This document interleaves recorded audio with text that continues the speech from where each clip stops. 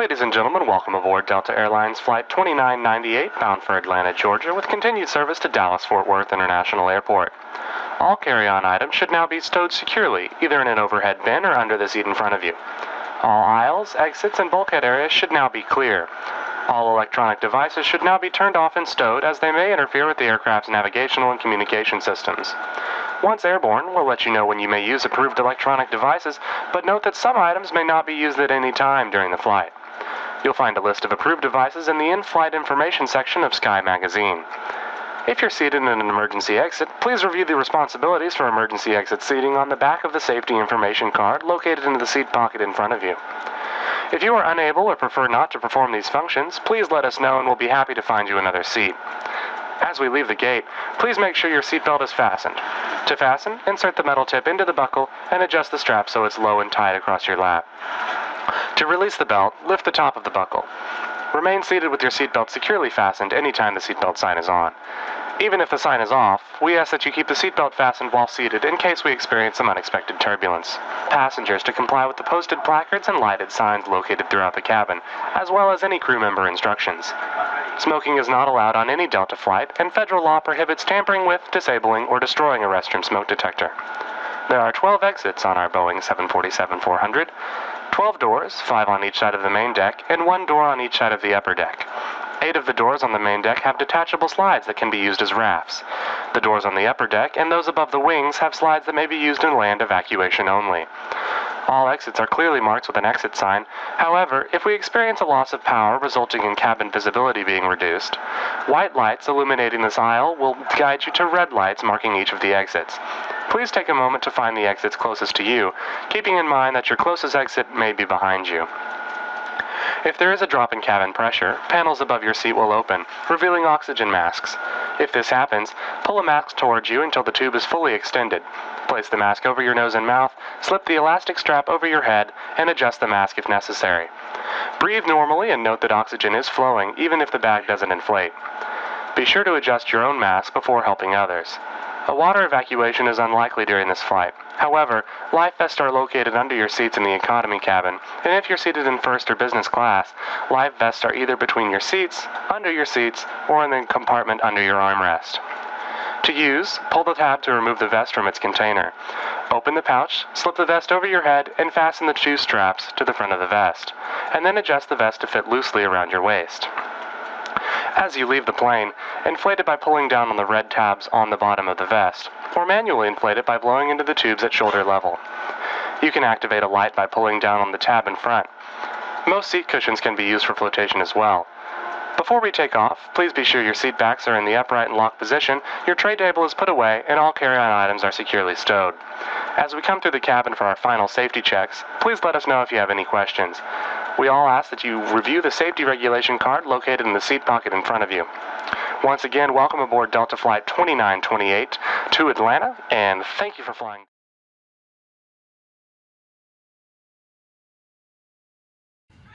To take this ride, and sometimes as we about to take flight that you're not strapped down spiritually and anchor in the Word of God, and so when turbulence come in your life, you fall. And so God never promised us a smooth ride but a safe landing. And we are going to the book of Jeremiah 29 and 11. If we can all stand for the reading of God's holy word.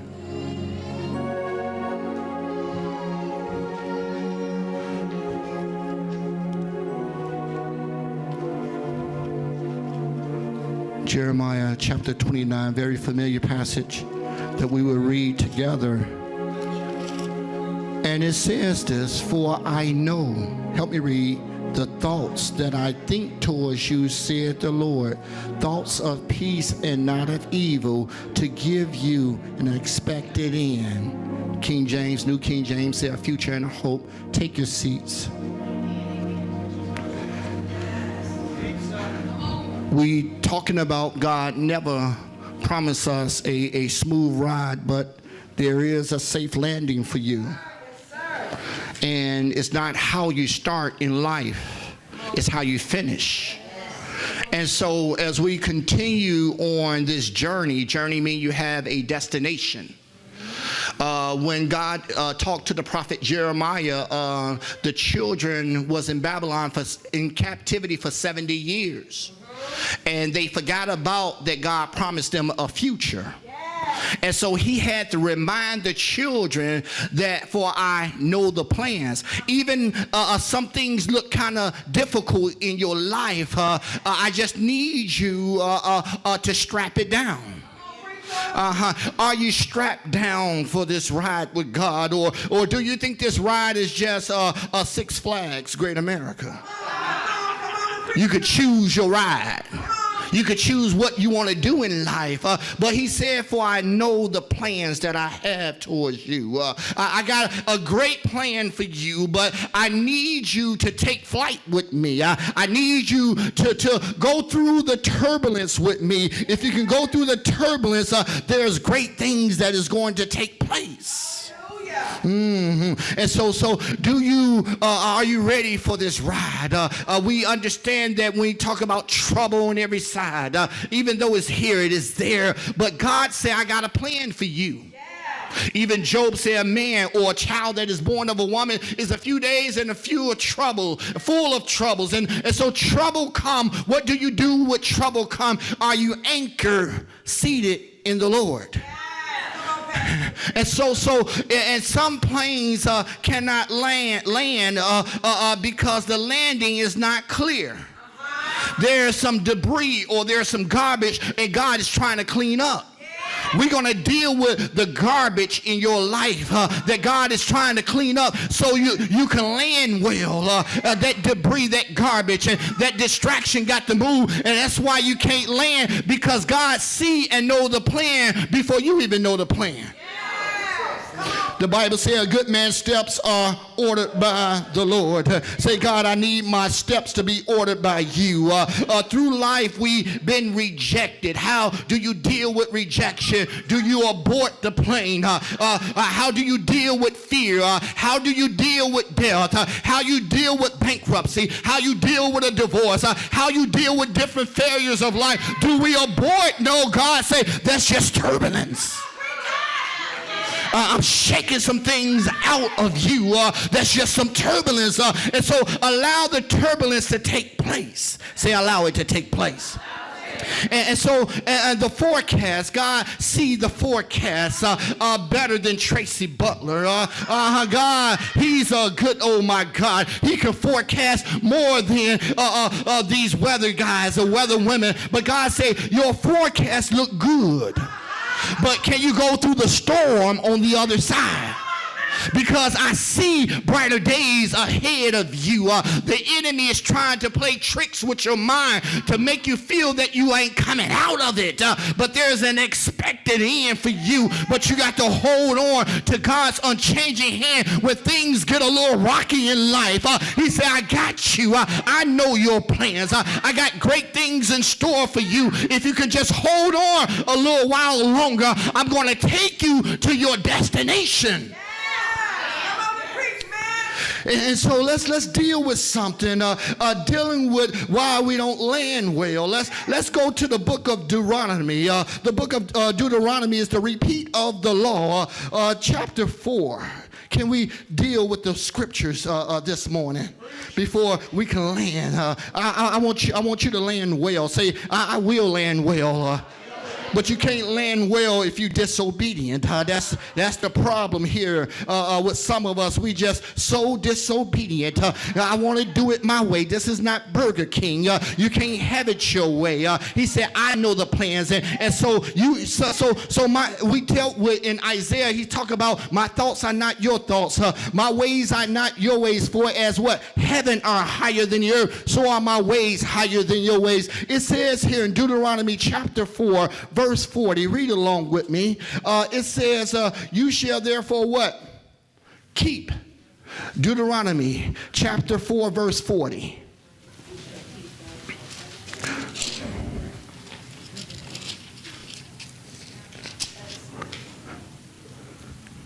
It says, ye shall what?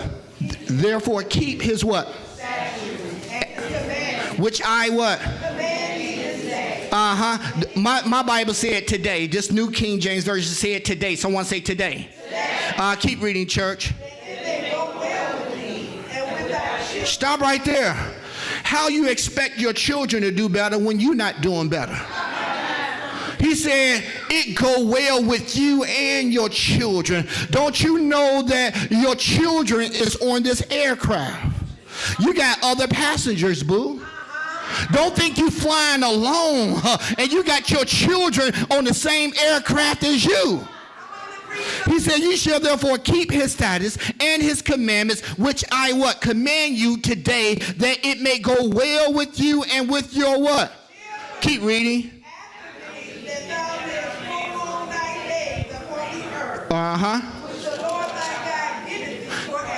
Oh, he said, I want your way, I want your days to be prosperous. I want you to have the abundant life. But it's sometimes that we don't want this ride that we are on. And so we tried to abort. But God is saying that I need you to obey me. I need you to hear my voice.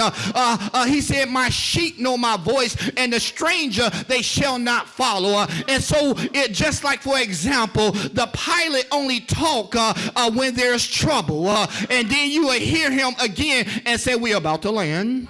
We are 40 feet high, and I see our destination. There's arrival time in Chicago O'Hare Airport. We'll be arriving at 3:30 p.m. The sky is partly sunny outside, and the temperature is about 80 degrees. And so you don't hear the voice when you're going through the turbulence. And so God is saying, you got to hold on to what you know. Hold on to what you know about God. Hold on to that testimony, how God delivered you.